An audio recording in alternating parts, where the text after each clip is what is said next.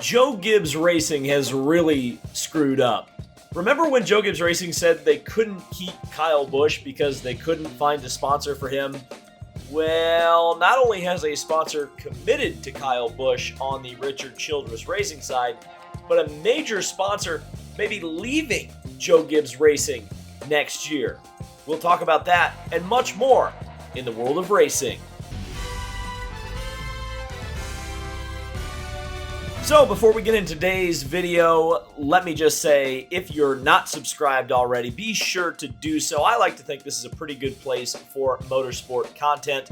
And so if you're looking for motorsport content, I think you're in the right place. And while you're down there, hit the like on this video. That also lets YouTube know that, hey, you want to see more of my content. And also leave a comment and let me know what you think of this video down below.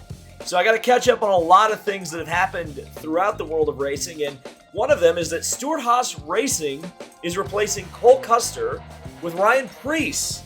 Now this is something that was rumored quite a bit, and especially rumored when Eric Almirola was retained because he has much deeper Smithfield connections than any other driver on that team, and Smithfield didn't really feel like they wanted to be with another driver at Stewart-Haas Racing. So Eric Almirola stayed, but there was a commitment at the time to Cole Custer, which Tony Stewart did not exactly seem to like. And as we know, things have gone from bad to worse with Tony Stewart's relationship with NASCAR, and particularly the NASCAR Cup Series.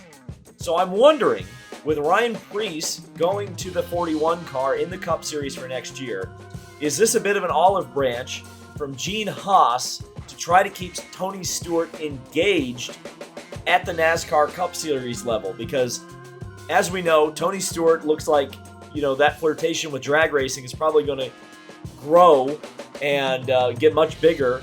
And it's already, based on his comments when he finished second at an NHRA national event in an alcohol top fueler, that he is having way more fun in the NHRA than he is in NASCAR right now. And a lot of folks, myself included, are speculating if Tony Stewart will bail out of NASCAR once Kevin Harvick leaves.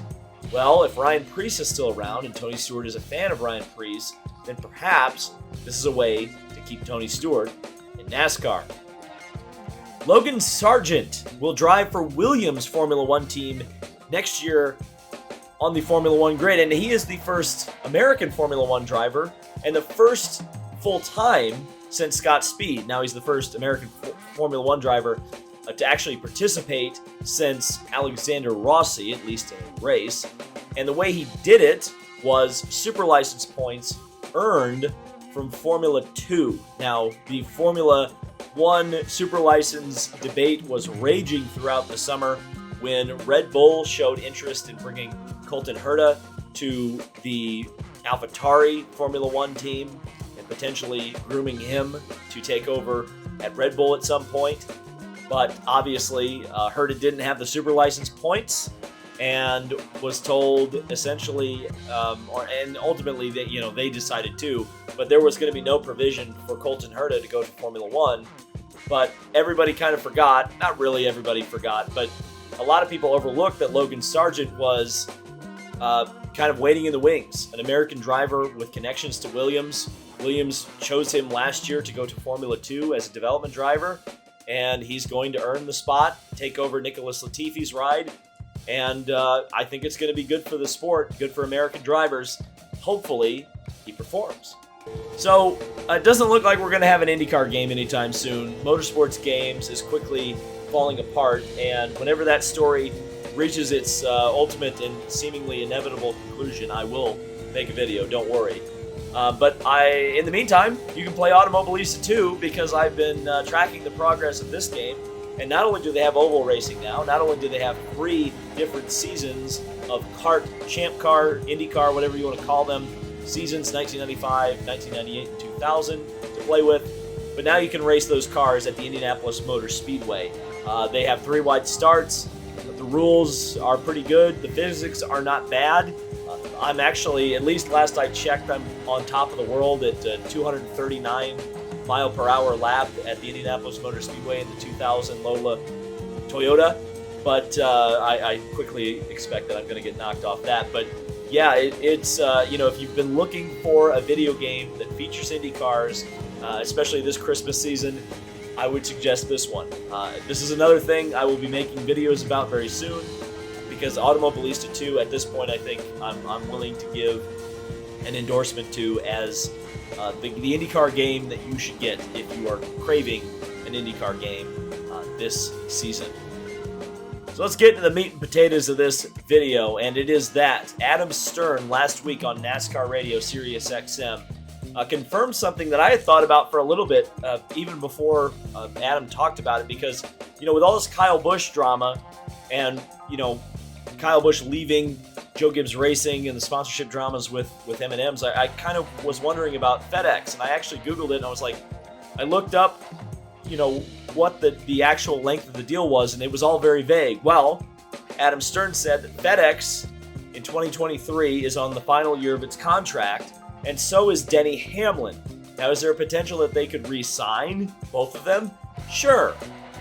My thought process is they won't re-sign, and that's part of the reason why we had that cryptic tweet from Joe Gibbs Racing about the 18 car taking a hiatus next year, but it's not that it's going to go away forever. I think the more likely number that you won't see at Joe Gibbs Racing anymore is 11, because I think Denny Hamlin's going to go drive for his own team, and maybe, just maybe, he'll bring FedEx with him.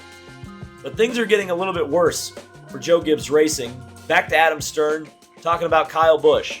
Last week confirmed that Lenovo will be one of Kyle Busch's sponsor next year in the NASCAR Cup Series.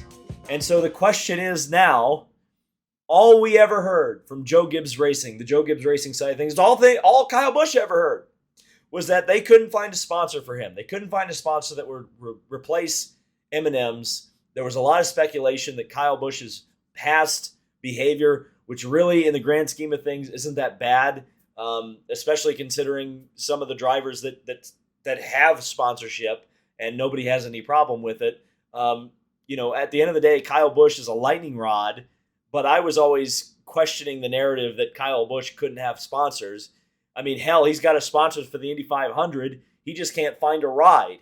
Like, John Menard was, sign me up when Kyle Busch said, I'm going to go do the Indy 500. So I always question that narrative from Joe Gibbs Racing. And the amazing part is, not only does it seem that they can find a sponsor for Kyle Busch, but they may lose the sponsor for Denny Hamlin. And quite frankly, I think Hamlin's 1 foot out the door at this point. I mean, I go back to the thought when Ty Gibbs had his big blow up at Martinsville, the I miss JD tweet from Denny Hamlin. I don't think Denny Hamlin's necessarily happy in his situation at Joe Gibbs Racing. And it does seem a bit strange that a driver would own a team in NASCAR and not drive for that team. And then you start thinking about Martin Truex Jr. I mean, he's been rumored to retire for the last couple of years? It seems like Joe Gibbs Racing, as an organization, is in a massive transition right now.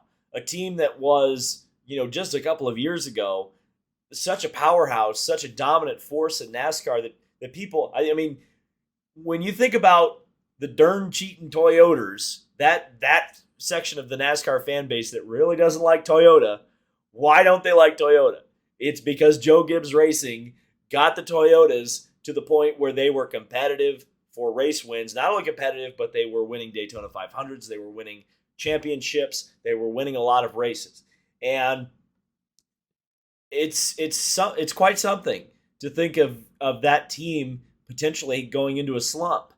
Now, I think Ty Gibbs, for all of the negative things that surround him, I do think he is a talent.